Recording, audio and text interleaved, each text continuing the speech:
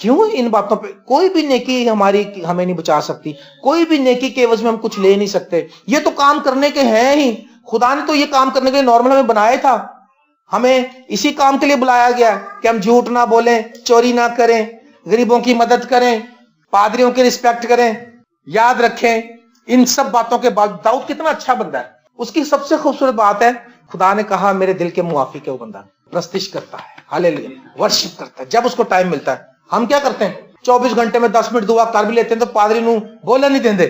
وہ کہتے پاجی تو کی دسیے تانوں اپنے دعا ہی دعا کری، دعا 24 گھنٹے دعا. میں ایک بات بتا دوں آپ کو، جتنی بھی آپ کوئی دعا کر رہے ہیں، اگر آپ سچی دعا کر رہے ہیں تو آپ کو رزلٹ ضرور ملے گا، سچے دل سے اور صحیح طریقے سے. اور اگر آپ صرف بات چیت میں ہی دعا کر رہے ہیں، آپ صرف پریشرائز کرنے کے لیے دعا کر رہے ہیں، آپ صرف اپنے آپ کو سچا ثابت کرنے، خالص طریقے سے دعا کرنا ضروری ہے. خدا دعاؤں کو سنتا ہے. خدا نے ہماری دعائیں سنی ہیں، خدا نے نبیوں کی دعائیں سنی ہیں، خدا نے بڑے خادموں کی دعائیں سنی ہیں، خدا نے چھوٹے لوگوں کی دعائیں سنی ہیں. میں نے اکثر یہ بات یہاں سے پریچ کیا کہ ٹیل آسبن کی جو خدمت تھی، خدا نے اس کو ایک دن بتایا. وہ ٹیل آسبن وہ خادم تھا دنیا میں سب سے زیادہ خدا یسوع مسیح اس کی میٹنگ میں ظاہر ہوئے. آن ریکارڈڈ بات ہے، جتنے بھی خادم ہیں دنیا میں خدا یسوع مسیح سب سے زیادہ اس کی میٹنگ میں ایسے میٹنگ میں ظاہر ہوا ہے، لوگوں نے دیکھا. اور اس کو خدا نے کہا کہ تجھے ایک بوڑھی عورت تھی جو غریب سی بوڑھی تھی، اور وہ کہتا ہے کہ ایک دن میں نے کلام سنایا تھا کہ جان دینے تک بھی وفادار رہے تو میں تجھے زندگی کا تاج دوں گا. تو کہتا ہے کہ میں نے دیکھا خدا کے فرشتے ہیں لوگوں کے سروں پر تاج رکھ رہے ہیں. کہتا ہے فرشتہ میری طرف بھی آیا تو کہہ رہا میں بھی تیار ہوا کہ میرے سر پہ کچھ رکھے گا. کہہ رہا وہ میرے پاس سے نکل گیا، میرے پیچھے ایک بڑھیا کھڑی تھی اس کے اوپر رکھ دیا. کہہ رہا وہ بڑھیا ایسی تھی جیسے وہ کنگال بیوہ نہیں تھی، غریب پھٹے ہوئے کپڑے اس کے. کہتا اس دن میں بڑا تیش میں خدا بندہ مینو ایک بھی تاج نہیں ملیا، سارے تو تاج رکھ دیتے سر تے، میں بہت ہی برا. خدا نے کہا تیرا تو حقدار نہیں تھا، جن کے لیے تھا میں نے بھیج دیا تھا. اس نے کہا اچھا وہ بڑھیا زیادہ تھی، میرے پاس سے وہ نکل کے اس کو دے گیا. اس نے کہا اس بڑھیا کی کہانی بھی سن لے. اس نے کہا یہ بڑھیا جو ہے پچھلے 30 سالوں سے جب سے تو منظر عام پہ آیا تیرے لیے بلا ناگا 2-3 گھنٹے آنسو بہاتی دعا کرتی تیرے لیے کہ خدا اس خادم پہ مسا قائم رہے. تو اس کا حقدار کون ہے؟ اس نے کہا خدا مجھے معاف کر دے. آج ہم تھوڑا سا کوئی کام کر لیں ہم لوگوں کو بتاتے پھرتے، ہم اسی کو لیے پھرتے کہ ابھی میں بڑی نیکی کیتی ہے، اور پھر کچھ ملتا نہیں، پھر ہم کہتے ہیں لے خدا فائدہ ہی کوئی نہیں، میں دے کی دی، میں فائدہ ہی کوئی نہیں ہویا، میرے ہاتھ تنگ ہو گیا سگوں، وہ چھوڑ دیتے ہیں. پھر ہم جو مرضی کر لیں، ہم کو نجات کیسے ملی ہے جی؟ خدا وہ کہتا ہے خدا مجھ پر احسان کر، اپنے بندہ پر احسان کر تاکہ میں جیتا رہوں اور تیرے کلام کو مانتا رہوں. کلام کو اوبے کرنے کے لیے وہ دعا کرتا ہے. کیا آپ نے کبھی یہ دعا کی؟ نہیں کی تو آج لکھ لو یہ لسٹ میں. یہ جو زبور آئے گا اس میں ایسی بہت سی باتیں سیکھنے کو ملیں گی آپ کو. یہ زبور آپ کو انرجائز کر دے گا. میں نے شروع میں بتایا تھا کئیوں کو ڈسہارڈ کرے گا، کئیوں کو انرجائز کرے گا. کئی لوگ ہوتے ہیں نا جو اس کے مطلب کا زبور ہوتا ہے بس اس کو پکڑ لیتے ہیں. اے خداوند دیکھ میرے ستانے والے کتنے بڑھ گئے، اے میری ننان بھی مینوں ستا دے، اے زبور نے لکھیا ہی میرے واسطے. کہندے پاجی میں 35 زبور روز پڑھنی ہے. کیوں 35؟ کیونکہ 35 یہ لکھیا کہ وہ شاید 35 میں نہیں، ویسے میں مثال کے طور پہ کہہ رہا ہوں کہ وہ والا زبور پکڑ لیتے ہیں کہ جس میں اس کے مطلب کی بات ہوتی ہے. کہندے زبور تے دل دی آواز ہے ساڈے. اچھا اے دل دی آواز نہیں کہ پوری دیا کی ذخیرہ خانہ میں لاؤ. کہندے ویکھو پاجی دیا کی پیاسیاں دی تھوڑی ہوندی جے، اے دعا دی بھی ہوندی ہے. 24 گھنٹیاں چ 2 گھنٹے تے 40 منٹ بنتے جے، کوئی نہ کوئی وہ 2 گھنٹے 24 منٹ وہ سارا نکال لیتے ہیں حساب کتاب. لیکن جو اپنے مطلب کا ہوتا ہے جب کسی سے ناراض ہوئے تو کہتے کلام چ لکھے نام وار جو میں نہ جتو. اچھا وہ نام وار ہے، اپنے آپ کو مار کر لیتے ہے نا، اپنے مطلب کے مطابق تروڑ مروڑ لیتے ہیں کلام کو. لیکن یاد رکھیں خدا کا بندہ داؤد ایک بہترین آدمی ہے، بہترین ورشپر ہے، اس کا دل خالص ہے، وہ خدا کے دل کے موافق ہے، جس کے بارے میں خدا نے خود کہا کہ داؤد میرے دل کے موافق یسی کا بیٹا مجھے مل گیا. ہاللیلویا. وہ کہتا ہے کہ اپنے بندے پر احسان کر تاکہ میں جیتا رہوں. جو زندگی ہے وہ اس کے فضل سے ہی ملے گی ہمیں، اور تیرے کلام کو مانتا رہوں. اپنی لسٹ میں یہ بات رکھ لیں اور یہ دعا کرنی شروع کریں کہ خدا ہمیں فضل دے کہ ہم تیرے کلام کو اوبے کریں، جو کچھ اس میں لکھا اس کو اوبے کریں. جب ہم اس کے تابع فرما ہوں گے، اس کلام کی فرما برداری کریں گے، پھر ہم بڑے نتائج دیکھیں گے. پھر اگلی 18 میں کہتے ہیں میری آنکھیں کھول دے تاکہ تیری شریعت کے عجائب دیکھ سکوں. میری آنکھیں کھول دے تاکہ، یہ بھی دعائیں ہمارے پاس آتی ہیں. کہتے ہیں خدا سے ذرا دعا کر کے ہمیں بتا دو کہ ہمارے دشمن آس پاس کون کون. اسی کہنا کچھ نہیں، صرف انہوں کو مطاعت رہاں گے پھر. لیکن یہ آنکھیں کھلوا رہا ہے اپنی خدا کے کلام اور شریعت کی طرف سے. ہماری آنکھیں بند کی نہیں. آپ کو پتہ شیطان نے اندھا کیا ہوا ہمارے کو. خداوند میں ہماری آنکھیں کھلتی ہیں.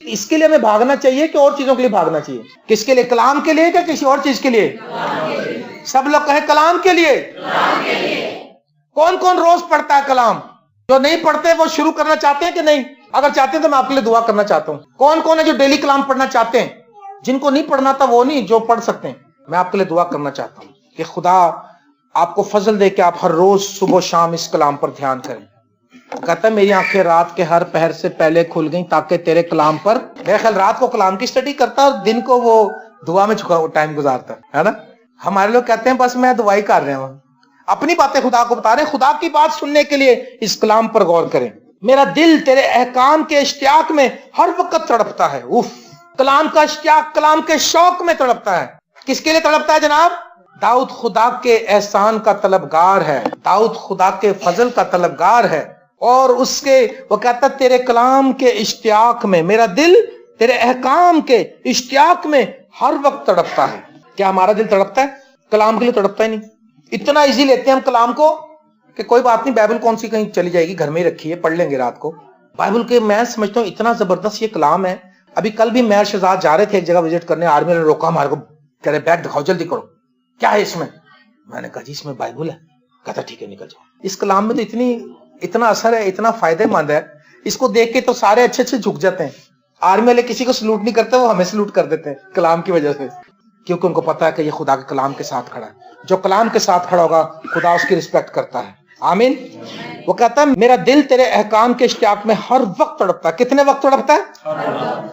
ہر وقت میں تو 24 گھنٹے آ جاتے ہیں، یعنی جب اس کو آنکھ کھلتی ہے، جب اس کو ٹائم ملتا ہے، جب وہ ذرا سا ٹائم دیکھتا ہے تو فوری طور پہ کیا کرتا ہے؟ کلام کی طرف آ جاتا ہے، کلام کو پڑھتا ہے، دعا کرتا ہے، وہ دیکھتا ہے، شریعت کو دیکھتا ہے، غور کرتا ہے، پھر وہ دھیان کرتا ہے میں کیسے خدا کے ساتھ، اور کون کون سی باتیں ہیں جو میں خدا کی نہیں مانتا، اور میں کیسے اپنے آپ کو ٹھیک کر سکتا ہوں۔ وہ کلام کے مطابق اپنے آپ کو تڑپتا رہتا ہے، بے چین رہتا ہے۔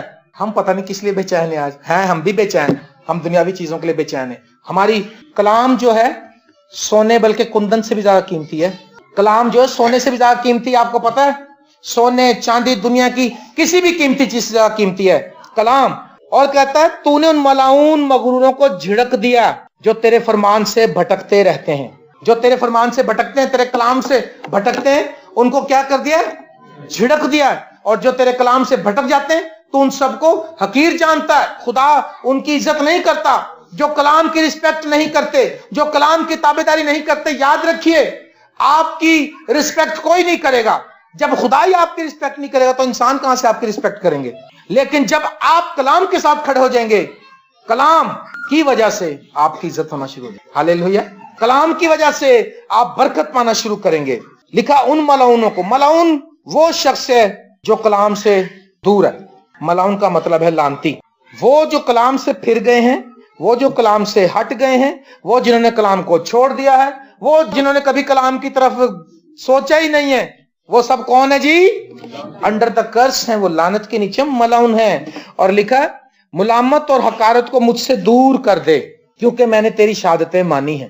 کیونکہ میں نے تیری شہادتیں مانی ہیں، کیونکہ میں نے تیرے کلام پر عمل کیا ہے، ملامت اور حقارت کو مجھ سے دور کر دے۔ آپ کو پتا ہے اپنے سیرا نو خدا حقیر نہ کدی سمجھے گا، لیکن جو بھٹکے ہیں ان کو حقیر سمجھتا ہے۔ ہمارے پاس دلیری نہیں ہوتی۔ اب وہ کہتا ہے میرے پاس جو ملامت میں اپنے اندر سمجھتا ہوں، جو حقارت میں اپنی نظر میں، وہ کہتا ہے میں تو اپنی نظر میں حقیر تھا۔ خدا نے کہا تو اپنی نظر میں حقیر تھا، میں نے تجھے 1.5 سال سے لیا جب اس سے گناہ ہوا تاکہ تو میری قوم اسرائیل کا پیشوا ہو، تو اپنی نظر میں حقیر تھا۔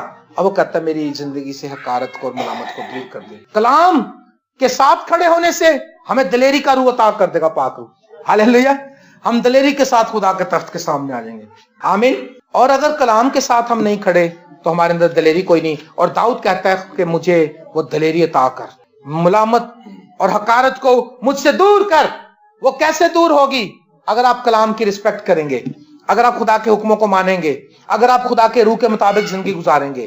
ہاللیلویہ۔ اور لکھا ہے عمرہ بھی بیٹھ کر میرے خلاف باتیں کرتے رہے لیکن تیرا بندہ تیرے آئین پر دھیان لگائے رہا۔ عمرہ بھی میرے خلاف باتیں کرتے رہے۔ جب ہمارے خلاف کوئی باتیں کرتا ہے پھر ہم کیا کرتے ہیں بتائیں؟ ہمیں پتہ لگ جاتا ہے کوئی نہ کوئی ہمارے 100 سجن 100 دشمن کہندے ہیں۔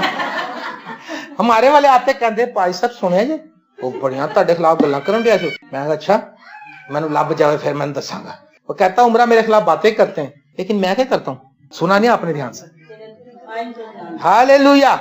کیونکہ کہتا ہوں عمرہ بھی بیٹھ کر میرے خلاف 23ویں آیت ہے یہ, عمرہ بھی بیٹھ کر میرے خلاف باتیں کرتے رہے لیکن تیرا بندہ تیرے آئین پر دھیان لگائے رہا. ہاللیلویا. میرے خلاف لوگ باتیں کر رہے لیکن میرا دھیان کلام پر ہے. وہ جسٹن صاحب آج کل بڑا چندے دیاں گلاں کرن دے آئے. اچھا کون کہندا ہے؟ کلیشے ہی کہندی کہن دیو. وہ بندہ کیا کر رہا ہے؟ بندہ کہہ رہا ہے پریز دا لارڈ, تیری صداقت کے کام کے لیے میں آدھی رات کو تیرا, میں کلام پر دھیان ہے میرا. لیکن جن لوگوں کا کلام پر دھیان نہیں وہ کلام کی. ہمارا آج کیا مسئلہ ہے؟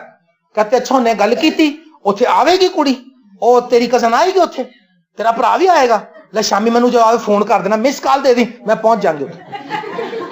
انہیں میرے خلاف گلاں کیتیاں, میں دیکھ ہوندی اگلی پچھلیاں دساں گی. ہن میں دے راز رکھے, انہیں میرا راز فاش کیتا ہے, ہن میں نہیں چھڈنا جی.